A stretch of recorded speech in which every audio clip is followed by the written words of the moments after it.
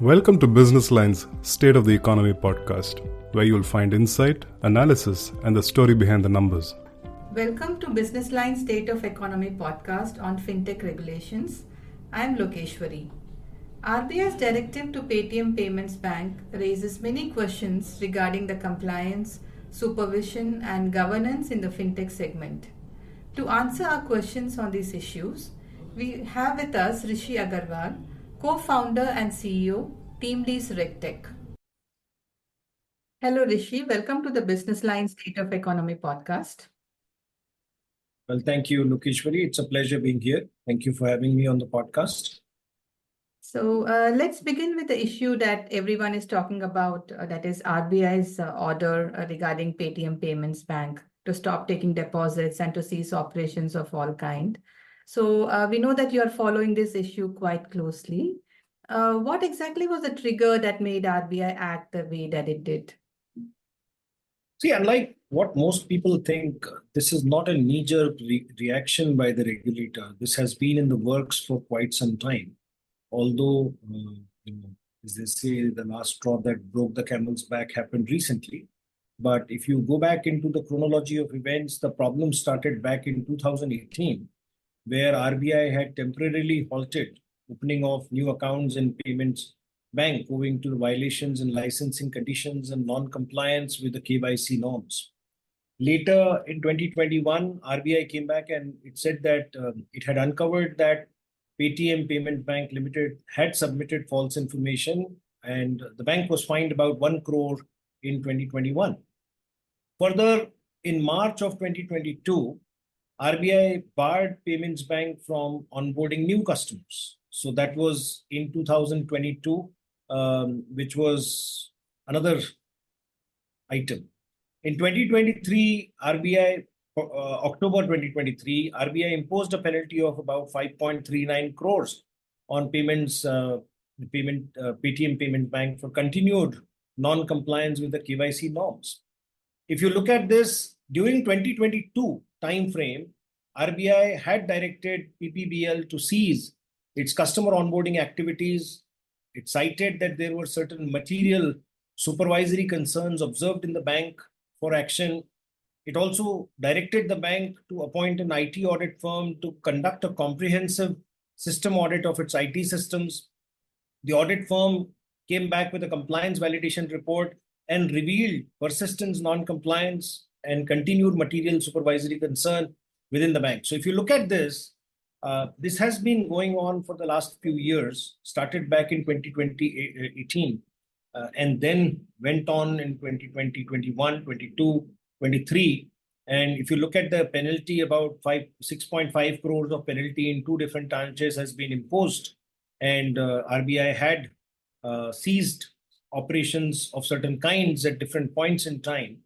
And now the issue is persistent non-compliance has caused this issue. So I think this is not a new issue. Non-compliance has been cited. Various examples have been cited in the past. And this was the flashpoint where RBI handed down a severe penalty to the bank. So when we say compliance, so we're mainly talking about the KYC compliance, isn't it? That's right. That's right. So they have not been compliant in doing the KYC checks properly. Is that what it's mainly about? Yeah, so there are a number of regulations that the central bank puts in place to make sure that the trust and credibility of the financial system stays, right? I mean, if you look at financial systems, the most important thing that they have is the trust of its users and depositors and borrowers and so on and so forth. And the moment the trust is lost, we have seen what happens to the Silicon Valley Bank, where suddenly there was a run on the bank.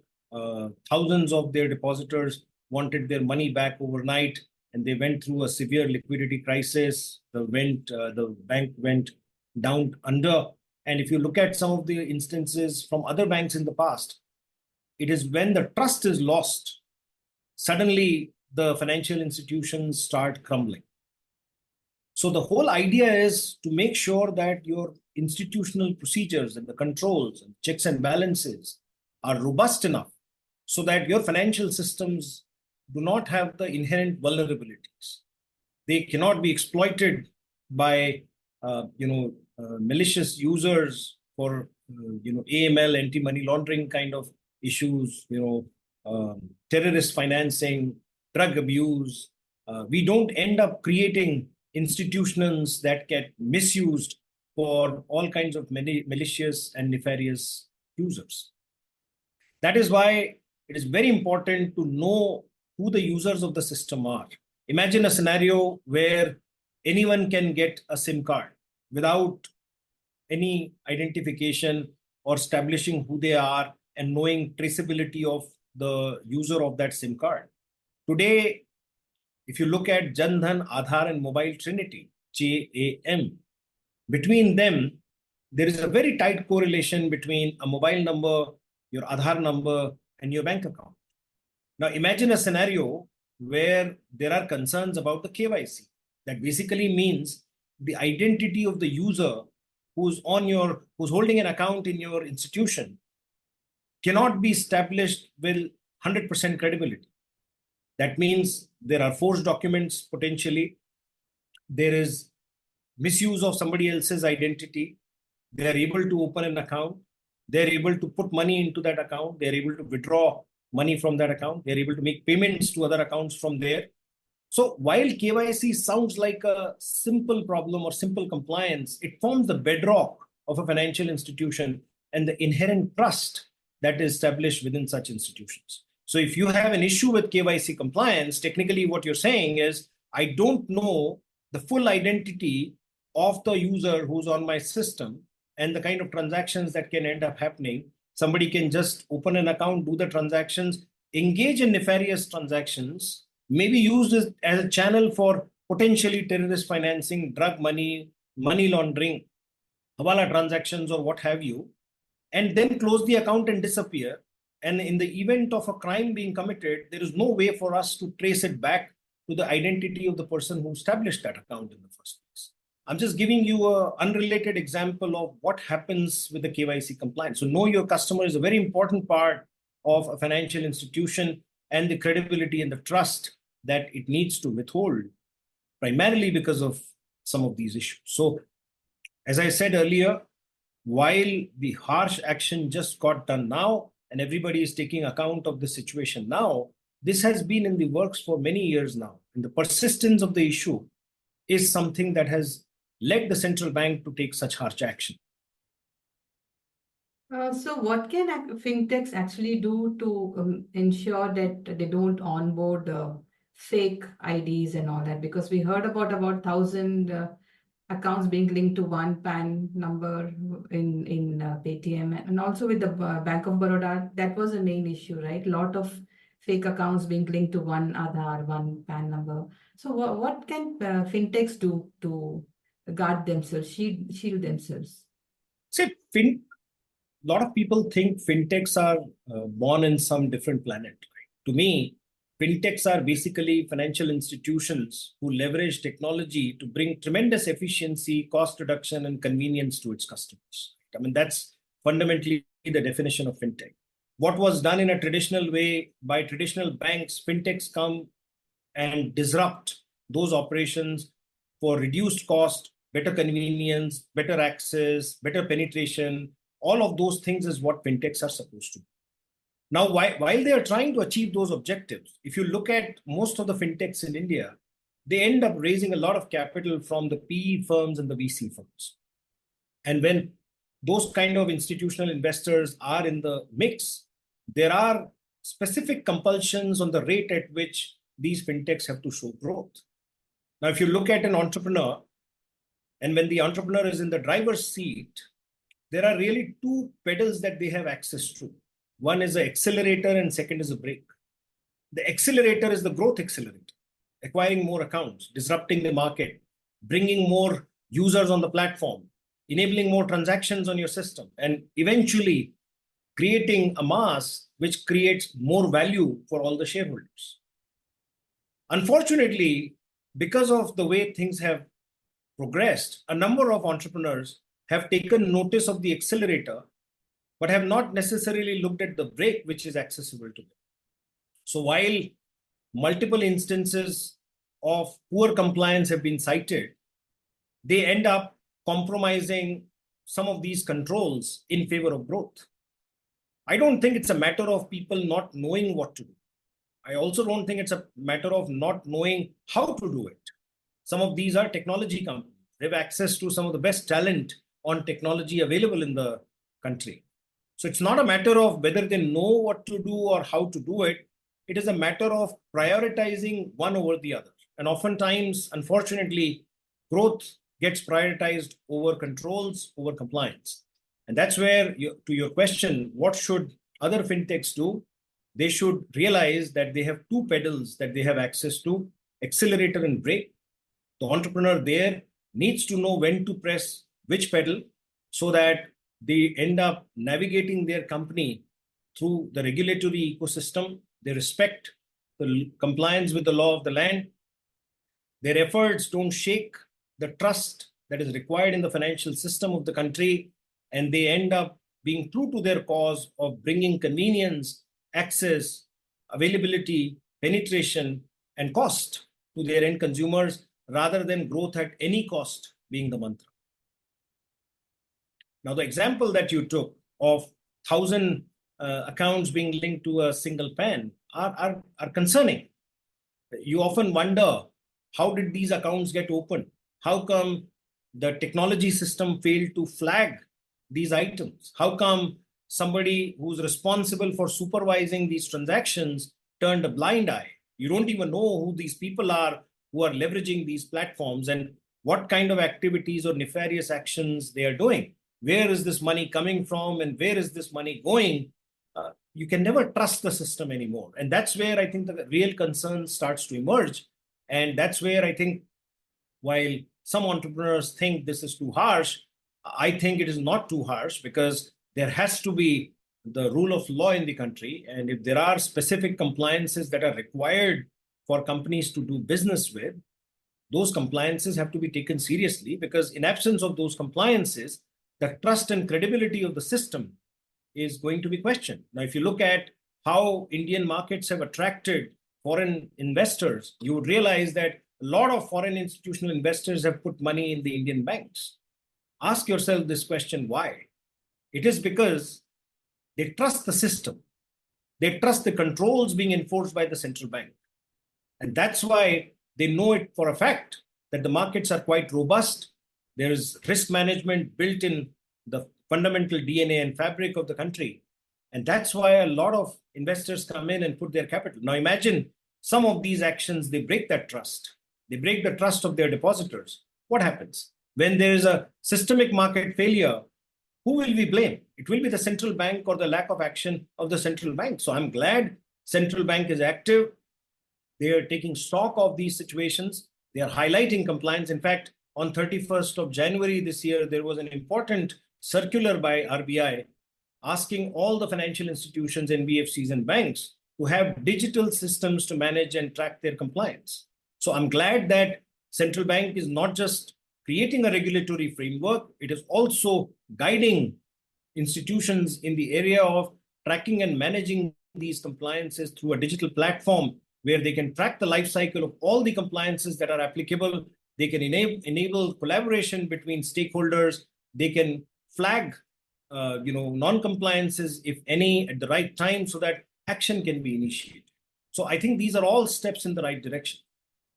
But do you think this is just the tip of the iceberg? Do you think these kind of malpractices or whatever it could be rampant in the other maybe wallet providers or payment banks, or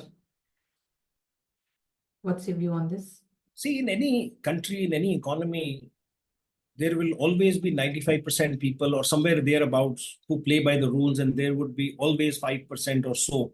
Don't quote me on those numbers, but a large number would play by the rules, and a small percentage would always be on the other side, right? You drive on the road and you will see 95% of the people are following the traffic rules, but there are a few who would always be in a hurry and want to break the traffic rules, right? You go to any country in the world, from New York to London to Delhi, you will find that a lot of people want to live a peaceful life, whereas there are some malicious elements who would always engage in nefarious actions, right? Similarly, companies are also of that kind. I mean, I talk about compliance as a whole lot, and a lot of companies want to do well. Their heart is in the right place. They don't want to engage in fraud or perpetrating crimes or engaging in anything which is like this. They want to do well. They want to do what is the right thing. Sometimes they don't end up doing that because of difference between thought and action. Because there are so many layers of management, sometimes the leaf node and their actions don't necessarily get all the way to the top. So always there are issues of that nature. But the fact is that you will always have a few players who will be on the wrong side. Our systems have to make sure that we enable the good players and we control the capability of the bad players. We control the intentions. There is a punitive system in place. There are business ramifications of those actions. They not only financially pay for their misdeeds, they also have issues around closure of business, loss of licenses and NOCs, and it affects their shareholders. So shareholders start demanding transparency, accountability, transparency, and control. So I think those are, I'm not surprised that there are players of that nature in the market, and there will always be. I mean, you can never say that we are 100% compliant. What is important is that there are systems and processes to structurally identify non-compliances and make sure corrective action is brought to them. Do you think that RBI has been adopting a very light touch regulations as far as fintechs go so far? And in order to foster innovation, of course, but these could get tighter if these kind of instances recur too often? See, if you look at the history, and you're absolutely right that there has been a light touch regulatory regime so far, primarily because the size of the fintechs and their influence and their penetration was also limited. And as they are starting to play a much larger role than what they played 10 years ago, the kind of controls that are being brought in are in proportion to their size and influence that they carry. Fintechs are now responsible for billions of digital transactions. They are enabling a lot of loans. They are enabling sales of insurance, the portfolio management, the brokerage, and all of that. And to me, it is expanding the size, the influence, the power of fintechs in the economy overall. Their contribution is growing massively in size and scale. And that's where the proportion of the regulations that are now starting to come in are to make sure that this size and scale does not go in the wrong direction and does not end up destabilizing the financial credence of the country. So I definitely think along the way, you will see more of these regulations come in. Earlier, there were guidelines on digital lending, and many other things came into the picture in the recent times. And it's primarily because apps have become powerful. A lot of lending is happening through apps in search of growth. Caution is being thrown to winds. The collection practices are non-existent. All kind of harassment has been brought to the fore. The interest rate key fact statements have been missing in action. A lot of anti-customer practices came into the picture. High interest rates were being charged. Foreclosure rates were all over the place. So, a lot of these things, which are in the interest of the borrower, have been compromised by unscrupulous elements in the ecosystem. So it's important to bring them within the ambit of the law and make sure some examples are being created so that non-compliance is being taken seriously. And everybody in the ecosystem knows that compliance is not an optional guideline. This is how we play the game.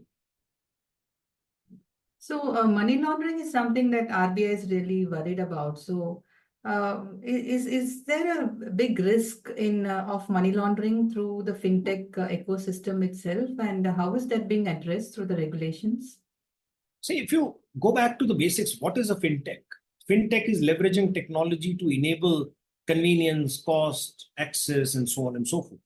How is it different from opening a bank account? Yes, the speed at which you can open the bank account is much quicker with fintech because they are leveraging technology. They are doing a lot of those processes over technology. Lending has become very quick. What used to take a couple of months to do the due diligence on a borrower can now be done in a matter of minutes because a lot of this information is brought in digitally, processed digitally, information is correlated digitally, decisions can quickly be made, risk can quickly be created because technology has enabled some of this, right? So if you think about it, fintech is basically traditional financial system on steroids, right? More efficient, much faster, much cheaper, more accessible. You don't have to be in an urban area access the facility. If you have access to a 4G mobile phone or something like that with a smart phone and an app ecosystem, you can download an app and within seconds you can provide the right information, and regardless of which part of the world or country you're sitting in, you can get access to certain facilities. So access, cost, efficiency are some of the key enablers by a fintech ecosystem. Now, your question on, is RBI worried about fintechs being exploited for money laundering? Absolutely. I mean, if the fintechs don't go by all the regulations while opening an account, while servicing an account, we don't have identity established, we don't have address established, we don't have the credibility established, then guess what? I mean, these accounts are just waiting to be exploited at the hands of malicious elements. So yes, I mean, that is a concern in the whole ecosystem. And with 140 crore Indians, and a lot of them with mobile phone access, and a lot of them with 4G access, some of this can get precipitated in the economy very quickly. So it is important to nip this in the bud, make sure that some of the basic practices are taken very seriously, and we don't end up letting it get out of control. Okay, the final question on data privacy itself, that because we are giving a lot of data to all these fintech apps and so on, and we don't have a data privacy law as such in place in India. So how much is a customer's data at risk when we are giving all this data to the fintechs? And I think, how do you think these laws can be tightened? What can be done? That's a great question. We are nowhere close when it comes to the data privacy and standards and laws around it. We end up collecting data with impunity. We end up sharing, selling, exploiting this data with impunity. I was talking to someone else this morning and I was telling them that one of my health insurance policies was coming up for renewal. And I get a call from another insurance company. I'll not name any one of them right now. And the person tells me, sir, you have an insurance policy with this and this company, and it is coming up for renewal on this and this date, and you're paying a premium of so on and so forth. And I did want to call you and let you know that our policy, which is this policy, is so much better than your that policy, and you would save about 4,000 rupees if you. And I'm listening to the person with a lot of patience and trying to understand that how did this person get to know about me having an insurance policy with this company, with these details, with this premium, with this date when it is coming up for renewal. It is obviously not an accident. It's a clear case where my data has been picked up by maybe a bunch of disgruntled employees internally, or I don't know what the other method is, from the client or the vendor who's servicing me right now. And this data has been sold or shared illegally with somebody else who was using this data in order to call me and trying to sell another policy to me. Now, this seems like an innocuous case where one company is trying to sell their product at a time where my insurance comes up for renewal. What it also flags is the whole underlying system of my data being available with one company and openly being rerouted in an unauthorized manner to another company is shameful. And this is not happening at an individual level. This is happening at an institutional level, because obviously my service provider has no intention or no interest in selling my data to somebody else because they are the likely loser. So obviously there are elements within their organization or some such thing where this data is getting leaked. Now, this is just one instance. Since I understand compliance, this comes to my attention very quickly. Imagine how rampant some of these practices are internally. The other thing is, we are starting to become a digital economy. Very soon, we have a target of becoming a $1 trillion digital economy. Everything from booking a ticket for a cinema or a show, to booking tickets on the planes, to booking cabs, to booking hotels, to ordering food, everything is online. Our digital identity is all over the place. But the kind of controls that we have are just not there. They are invisible controls. People collect this data with impunity, and as I said, they share this data with impunity. There is no discovery process on whether there are breaches. Nobody will even find out something got breached. Then whatever got breached, the customer has no knowledge that their data was breached. Even if that was the case, they don't know what controls are there. You report to some authority, they have no clue how to deal with this situation. Millions of such complaints are lying all over the place. So I think we really need to exercise that brake which is available to us. Make sure some of these controls are brought in quickly. Well begun is half done. Until we have a framework, we don't know where to start. So that's where I think starting is the key.